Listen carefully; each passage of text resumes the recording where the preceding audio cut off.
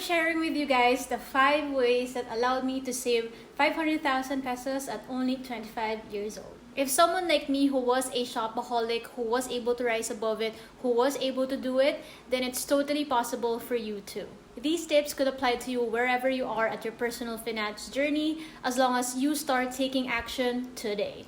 What's up guys, it's Nick. Welcome back to my channel where I empower you to take on adulting like a boss. We all know by now that even if you earn your own money, that it's still a struggle to save up consistently. I've been working for the past 6 years, and here are the budgeting and saving tips that I wish I knew from day one. So in this video, I'm gonna share how I was able to strike that balance between rewarding myself, treating myself, enjoying life, but also debt-proof my finances in a way that will help me meet my savings target.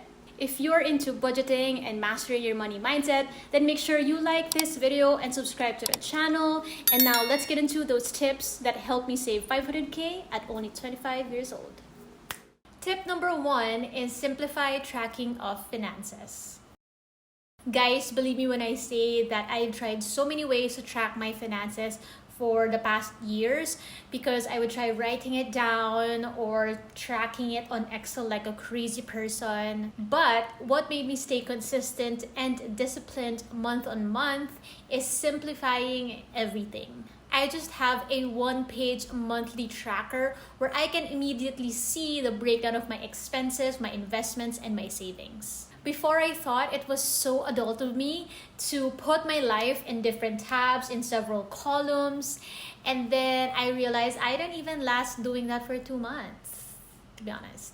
I have a very simple and straightforward monthly expense tracker that I've been sharing to you guys that you can download for free below. It's the same template I've been using for years, and it really allows me to be on top of all the gastusin in life, but also stay on top of my target savings per month. So don't feel bad if your expense tracker doesn't have a pivot table and several pie charts, because I swear the best finance tracker is the one that you use consistently and actually meet your goals month on month, year on year. By the way, the 500K savings that I'm talking about today, it doesn't include my travel funds, also my total equity value from stocks, index funds, and insurance, because that could be a whole separate video altogether. So let me know if you want a dedicated video just for that.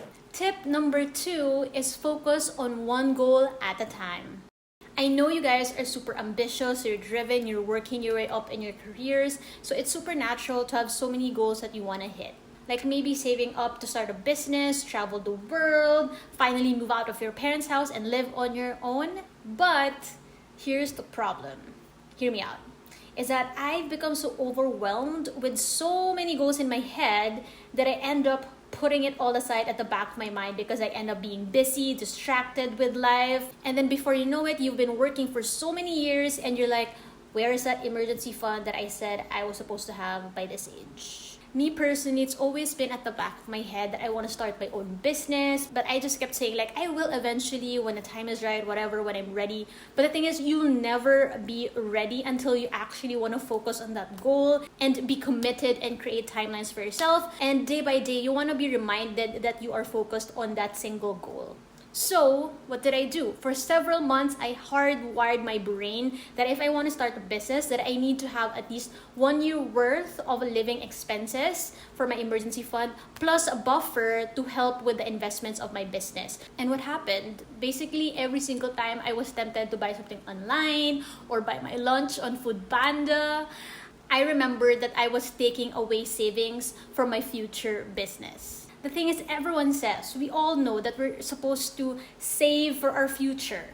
But what is worth saving for our future anyway? That's the big question that we need to answer. So it's super important that you have clarity on that single goal. Write it where you see it, engrave it in your brain. I would super love to know what is that financial goal that you're planning to focus on and why. Pause this video right now, comment down below so that I can support you and we can make that commitment together. That way, every time temptation comes knocking to our door, it's gonna be so easy for us to be like, okay, thanks. Bye-bye. So, speaking of temptations, tip number 3 is all about removing and replacing temptations. What is the trick to resist temptations? Let me tell you, it's not about willpower. It's also not about discipline. It's all about removing the temptations from the root cause so you don't have to exert energy and effort to resist it in the first place. Let me explain. I had a phase during the peak of the quarantine situation that I was obsessed with matchy workout clothes. Like, the highlight of my day was wearing my workout clothes and killing my workouts every single day. That was my coping mechanism to deal with quarantine that time. So what I would do is constantly look at Zalora, constantly look at recommended Instagram shops. So I would see so many email notifications, pop-ups, ads, all about these kinds of workout clothes that I like. The thing is, I don't blame social media or online sites for doing that because I am the one feeding these sites the algorithm of my shopping behavior. The thing is, you would constantly see and notice the things that you are focusing your mind on. So if the highlight of my every single day is working out, workout clothes, then that's all I see. So what was the solution? Remove the temptation from the root. So I had to unsubscribe to emails that kept feeding me to buy this, buy the latest style, buy the latest color. Because at that time, I knew that the shopaholic in me was going crazy. I also had a social media detox for a while because I couldn't control myself, constantly looking and searching for workout clothes. The thing is, it's not enough that you remove them, right?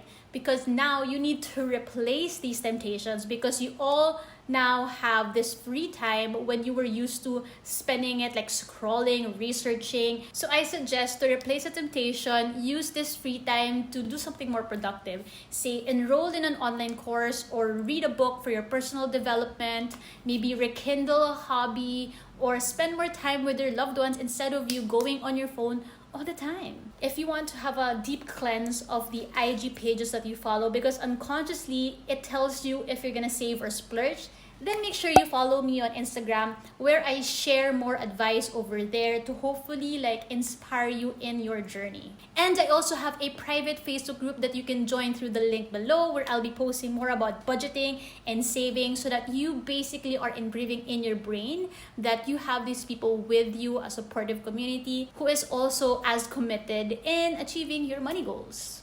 Because let me tell you, you know what's the most dangerous place you could ever be if you are stuck in this endless cycle of spending, splurging? It's being bored. That's a dangerous place when you're idle and bored. Because we know what happens when you're bored, right? You're like, I don't know what to do. Let me just get my phone, scroll on Instagram, scroll on these online sites, right? And before you know it, you are back into that black hole of browsing and spending, browsing and spending. Fourth tip is reward yourself responsibly. Let me give you a scenario. Let's say you just got your 13th month bonus. Okay? Let that simmer. Think about it. What do you do now? What if I told you that majority of my savings really came from figuring out how to spend my bonuses responsibly? It's really about striking that balance between rewarding yourself for your hard work, but also making sure that you're putting aside savings for that single goal that we were talking about earlier. So whenever I would get a bonus from the past 6 years that I've been working, I immediately put everything into my savings account and figure out from there how much I want to spend or splurge on. Not the other way around wherein bahala na si Batman kung magkano matira after. Yeah. So here's the tip. I usually have a wish list ready of the items or activities that I've always wanted to spend my money on so that when I do get them, I don't feel tempted to add more to the list just because I can afford it at that time. So this wish list would usually consume like 20 to 30% of my bonus, and then the rest I would put in my emergency fund, invest in stocks or index funds or insurance. Or if you have debt to pay, then make sure you prioritize that first before rewarding yourself or saving the rest. I think it's super important that you get that out of the way before anything else. Tip number 5 is spend with purpose, on purpose. We've all been there when yung plano lang dapat natin is mag-window shopping, browse lang sa internet, and then anyari sa sweldo. before you get there, you need to have a clear purpose of why you're there in the first place. Say, for example, your purpose of going to the mall is to buy groceries, okay? So that means you don't go around wandering, window shopping, because we know how that ends up. Think of it this way. It's kind of like you're getting into a battlefield and you need to have weapons with you with the purpose that you want to win, right? So think of the stores, think of the online shops as your battlefield. Your weapon is your purpose, knowing that you will only buy what you need. In that way, you are setting up your mind to win and not to give in to temptations. This is how I really minimize all the unnecessary expenses, which I ended up saving instead. So think about your purpose for being there and your long-term goal, which is your ultimate purpose on why you are wanting to save in the first place. If you'd like to be more mindful about your spending, then make sure you download my free monthly expense tracker that you can get in the link below. I've been using that simple tracker for years, and that's how it has really helped me stick with my savings goal. Or you can continue binge watching my videos with this one, which are the 5 money skills that I wish I learned in school. So I will see you there.